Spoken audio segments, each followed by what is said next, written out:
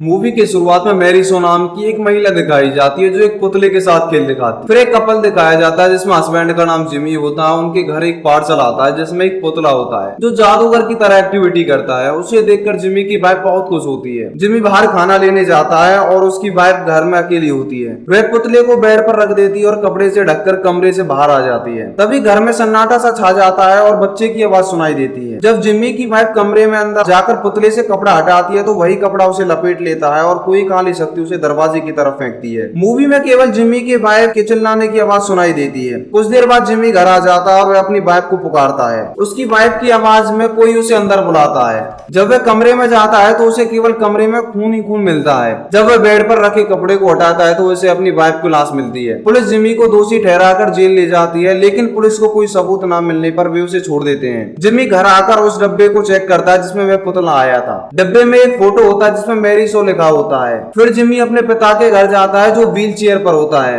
वह बहुत समय से उनसे मिला नहीं था। वह अपने पिता से मैरी सो के बारे में पूछने आया था, लेकिन वह उसे कुछ नहीं बताता है। जिमी घर आकर सो जाता है। वही पुतला जिमी के पास आकर बैठ जाता है। जब जिमी की आंख खुलती है तो वह उसे देखकर डर जाता है। अगले दिन जिमी कब्रिस्तान जाता है और जब वह वापस आता है तो उसे एक औरत मिलती है जो बताती है कि जिमी की वाइफ मैरी सो ने मारा है और अगर तुम बचना चाहते हो तो तुम्हें उस पुतले को दफनाना होगा। जिमी औरत की बात सुनकर पुतले को कब्रिस्तान में दफना देता है। जिमी जब नहाकर बाथरूम से आता है तो उसे वही पुतला फिर से मिलता है जिसे देखकर वह डर जाता है। उस पुतले को पुलिस वाला ले आता है क्योंकि उस पुतले से उसकी वाइफ का मर्डर जुड़ा हुआ है। पुलिस वाला उस पुतले को अपने साथ ले जाता है, लेकिन जिमी फिर भी पुलिस वाले से वह पुतला ले लेता है और कब्रिस्तान पहुंच जाता है। वहीं उसे एक औरत मिलती है। औरत का पति जिमी को मैरी सो के बारे में बताता है कि मैरी सो की औरत उनके शहर में आती है जो एक पुतले के साथ शो दिखाती थी। उस शो में एक बच्चे ने कहा कि यह पुतला कुछ भी बोलता है, वह इस औरत की आवाज होती है। वह बात मैरी सो को बहुत बुरी लगती है, लेकिन वह मजाक मजाक में बात टाल देती है। उस दिन से वह बच्चा गायब हो गया था। बच्चों के घर वालों को लगा कि मैरी सो ने ही कुछ किया है और उन्होंने उसे पकड़कर मार दिया।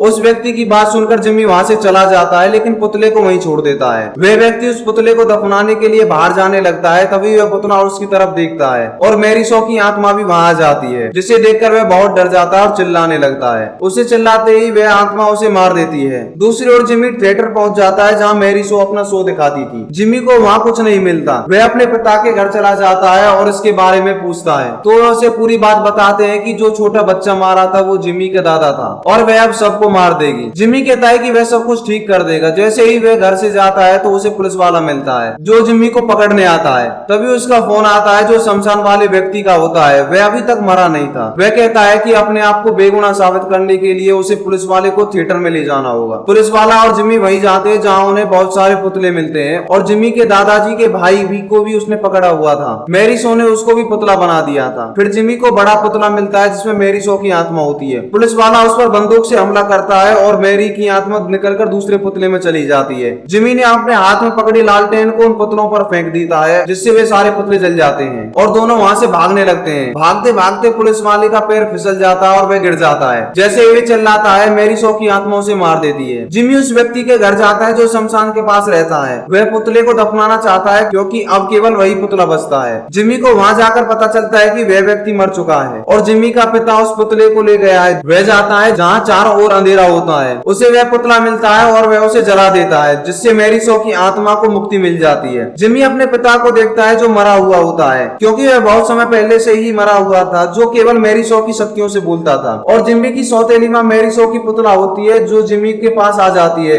और जैसे ही जिमी चिल्लाता है वह उसे मार देती है। यहीं पर मूवी का एंड होता है। तो दोस्तों आपको मूवी कैसी लगी? अगर मूवी आपको अच्छी लगी हो तो हमारी मूवी को लाइक, शेयर और चैनल को सब्सक्राइब जरूर करें।